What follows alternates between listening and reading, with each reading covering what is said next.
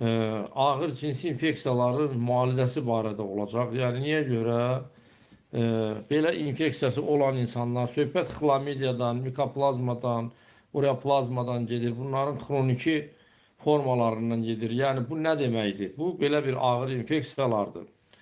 Bunlar cinsi əlaqə ilə keçir. Qadından kişiyə, kişidən qadına. Və bunun nəticəsində hələ qadınları qoyuram qırağa, hə, kişilərdə həm prostatit yaranır, həm cinsi zəiflik yaranır, həm xayanın iltihabı yaranır, həm kişi sonsuzluğu yaranır, həm böyrəklərin xəstəlikləri yaranır, həm hətta xlamidiya oynaqları və gözün də normal fəaliyyətini pozur. Gözdə konjunktivit, yəni iltihab yaradır, oynaqlarda artrit yaradır. Və bu xəstələrin müalicəsində mütləq şəkildə prostat vəzi təmizlənməlidir xroniki formalarda. Nəyə görə? Kişilərdən söhbət gedir. Çünki həmən mikroblar keçib oturur prostatda.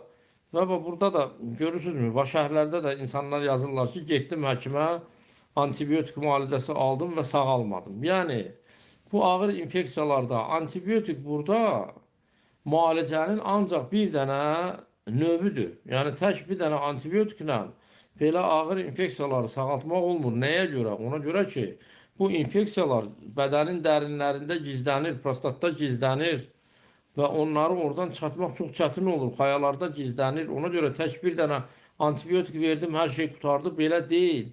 Və yaxud kimsə gedir internetdən oxuyur ki, məsəl üçün bu xlamidiya dərmanını antibiotiklə müalicə edirlər. Gedir apteka antibiotik alır içir və yaxud fikirləşir ki, həkim ona düzgün müalicə yazmır, gərək mütləq antibiotik birinci yazsın. Bu fikirlər düzgün deyil. Belə xəstəliklərin müalicəsində müalicə heç vaxt antibiotiklə başlamır. Yəni yenə də deyirəm, internetlə, yəni kompüterlə özünüzü müalicə eləməyə cəhd eləməyin. Hansısa Google'dan bir informasiya ilə dərman içməyə cəhd eləməyin. Bu çox təhlükəli bir şeydir. Orada ümumi məlumat verilir. Amma hər bir işin, müalicənin taktikası var. Hər bir müalicənin qayda qanunu var, yəni tibbi protokolları var. Onlar çox vaxt internetdə olmur. Bu praktiki həkim məlumatlarıdır, informasiyalarıdır. Və onu həkimlər bilir ki, bu xəstəliyin müalicəsində antibiotiklə yanaşı nələr istifadə olunmalıdır və müalicə necə getməlidir.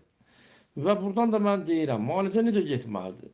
Xlamidiyada, mikoplazmada, ureoplazmada bunlar xroniki xəstəliklər. Yəni təzə düşən bir şeylər deyil. Bu keçir insana uzun müddət, illərlə bəzən olur. Məndə xəstə olub 6 il, 10 il, 15 il hətta bundan qabaq qazandığı infeksiyanı hələ də canında gəzdirib. Və mən onu ondan sonra ondan təmizləmişəm. Təbii ki, bu qədər müddətdə qalan infeksiyanı təmizləmək üçün mütləq şəkildə həmən xəstənin prostatı təmizlənməlidir, xayaları təmizlənməlidir. Drenaj olunmalıdır. Buna drenaj deyirlər. Yəni təmizlənmə olmalıdır. Yanaşı olaraq immun stimulyasiya getməlidir. Yəni xəstə güclü dərmanlar almalıdır. Hansı dərmanlarla ki, bu adamın immun sistemi güclənir, möhkəmlənir. Orada olan cinsiyyət orqanlarında olan şirələr yumşalır, durulaşır. Oradan həmin mikrobların çıxması asanlaşır və yaxud antibiotiklərin ora girməsi asanlaşır. Yəni belə nüanslar var, belə incəliklər var. Ona görə gedib internetdən bir dənə məlumatı oxuyub fikir yürütmək olmaz.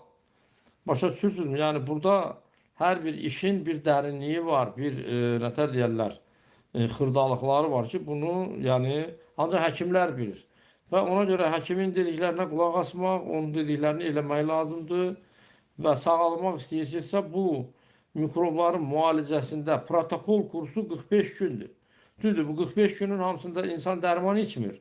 Birinci 30 gün ərzində dərman içir. Amma sonraki 15 gün ərzində gözləmə, 15-20 gün ərzində gözləmə olur və ondan sonra həmən xəstə təzədən analiz olunur. Yəni hətta bunlar elə ağır xəstəliklərdir ki, müalicə bitəndən sonra da orada dərhal analiz eləmək olmaz.